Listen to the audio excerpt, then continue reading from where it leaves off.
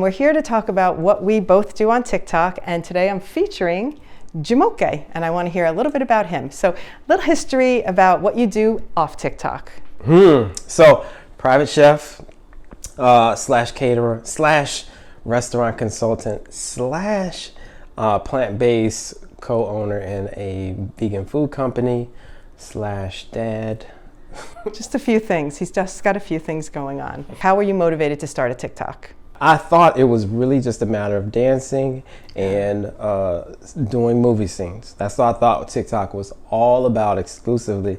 I came to learn that it was a lot more than that, and that's where I kind of through that discovery found out what my niche was, and that was as a chef or even as an entrepreneur, really like trying to teach people. And so you'll see on my bio it says I can teach you anything. So do you think that because you're teaching, that has attributed to why you have had such great growth? 1,000,000%. A friend of mine said to me one time, he said, TikTok has an insatiable appetite for learning.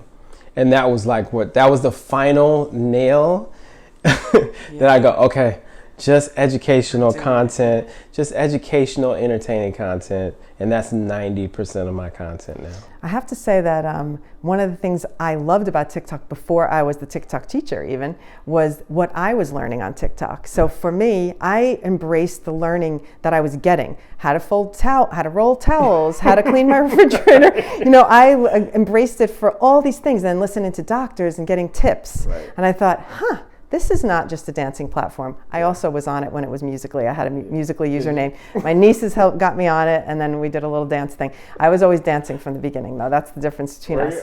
I didn't know what the hell I was doing. I'm like, oh, this is fun. I'm bored. It's the pandemic. I'm going to dance. I don't know. And that's, you know, how I learned how to use it. And then the learning turned into a couple months ago when someone asked me to do a tutorial. And I wasn't doing tutorials until very recently. Right. Did you know that? I didn't know when you started it. Yeah. But I don't even know how I found. It's probably just on a discovery at some point. Found you, and it was and it was so good. I was like, I loved your energy. I told you that's why I reached out, because energy is everything for me.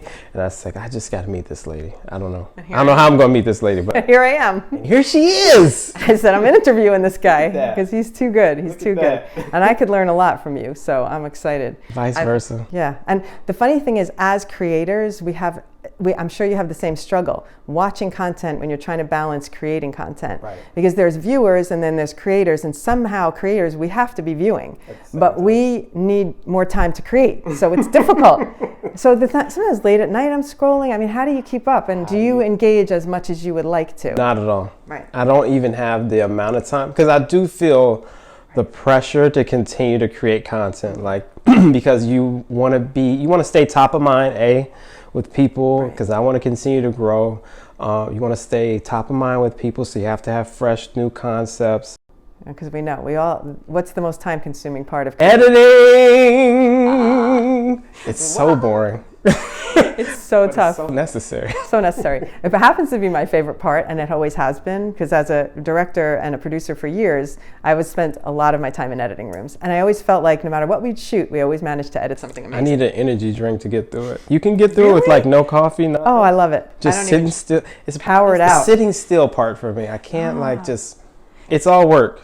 The creating the content, the finding the trends, making sure the content is good. All of those things are time consuming. Then editing it, then engaging with your community. Like it's work. So let me ask you, when you do your ideas for your TikToks, because since you're not worried as much about the trends, but you are educating people about food facts and things. Do you know all this stuff already, or are you researching things as ideas of here's what I can share next? How do you come up with your content plan right now? So I'm a chef, and I usually try to keep it in the food space for the most part. I've thought about going outside of food eventually. I mean, I know I will at some point, but I try to keep it in something that I have some base knowledge upon. And then I might go research just like some interesting things that are going to make the content even better, like a random fact, or maybe I don't know the exact history, so I'll look that up. So there's research, but I do have the base knowledge. How often do you go live, and what's your purpose for going live? To engage with the community, just because I don't think I'm still learning how to build a community on TikTok. So I've had pretty good growth. You have a pretty good following. Yeah, I have a decent following, but I don't feel like I engage them enough. I don't feel like I know that community well enough. Right. So the lives are for learning the community better. Right. Who's actually watching my stuff? It's more interactive than, and I mean the comments are great, but you don't necessarily hear, a lot of people don't comment the things that they think. Right. And yeah, so you we'll go back and forth. I'll find out where you live, like what you do, like why do you look at my TikToks?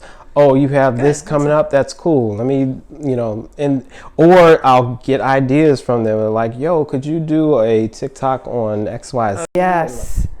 Don't you love when they help you out with the content? And if like everybody's going, yes, I know that's content I need to do. Good one. So you get ideas and you get to engage at the same time. So great. Like, what's your goal on your page for your followers? Educate and entertain. Two things. That is it. Educate and entertain. I'm trying to teach you at the same time I'm trying to make it fun. I'm a visual learner. Like if I just had to read books, even though I do, if I just had to read every single thing, it would make me crazy. Right. I like to look. I like visual things. I like learning by watching, and so that's how I learn. That's why he likes my page too.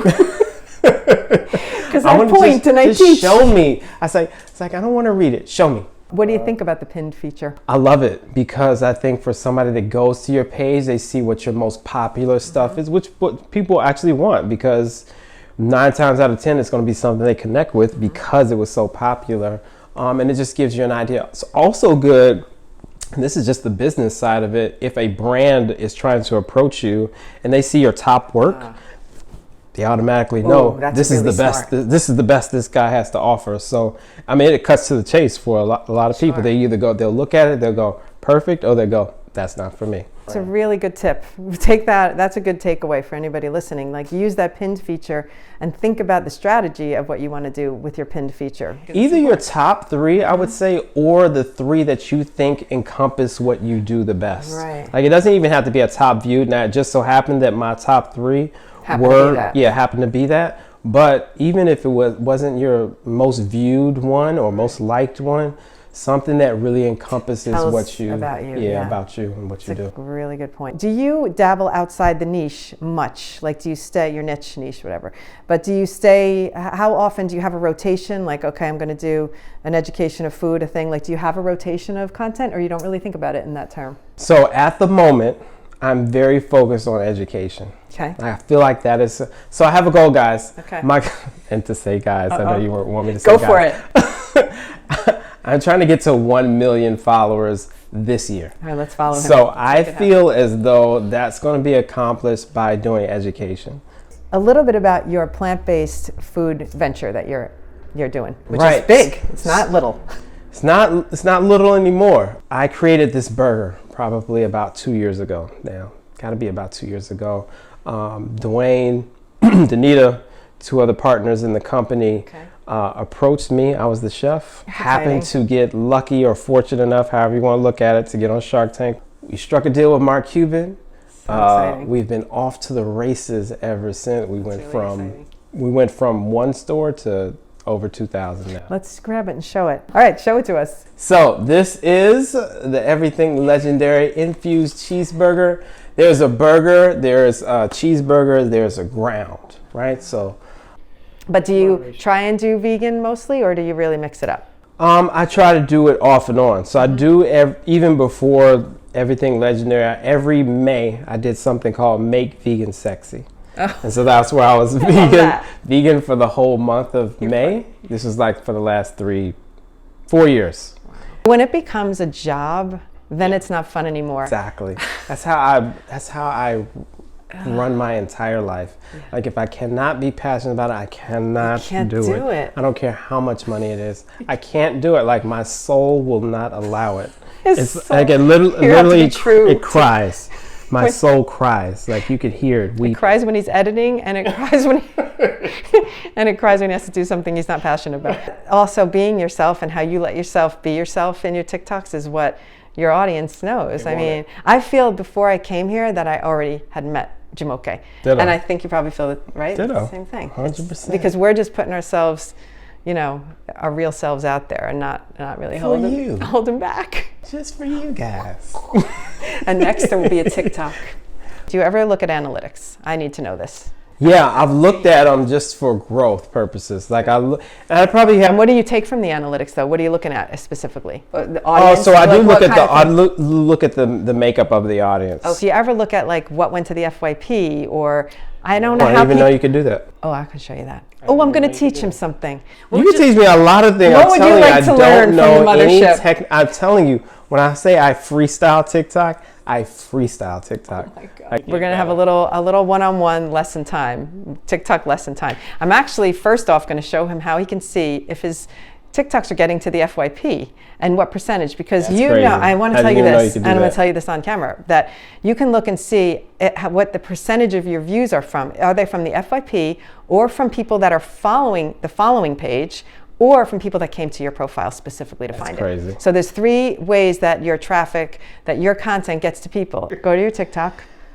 Lesson happening. Lesson number 1. All right, so pick a TikTok. All right, so now click your 3 dots. 3 dots. Okay, go to analytics. Analytics. Okay, now scroll up. Look at this. Do you see this?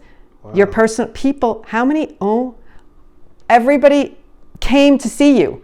That means they came to your profile. 68% of who watched that post, that big bar at the top, they came to see your content. You only got, what is that, 8% from the For You page. Wow. And 10% from the following. This means you have a lot of super fans that are coming to see your content. Scroll on another one. Let's look at another one. But that's really important information. Look at another one. All right, he's got a lot of super fans. This is what we're learning right now. Now pick a viral one. Now pick a viral one. See what happened there? Look at that. Wow. All his views on this viral video came from the For You page. Wow. So this tells you a lot. Wow. Wow. Put a whole boom up here. That's literally night and day. That's ridiculous. Ba-boom. Oh my God. My job is done here. That's Let's nuts. go. Okay, I just taught him something. That was awesome. It's a wrap. Wrap it up with a bow. You're welcome. Thank you. How great is he? She's the best. She's the best. We had fun. Thanks for joining us. See ya.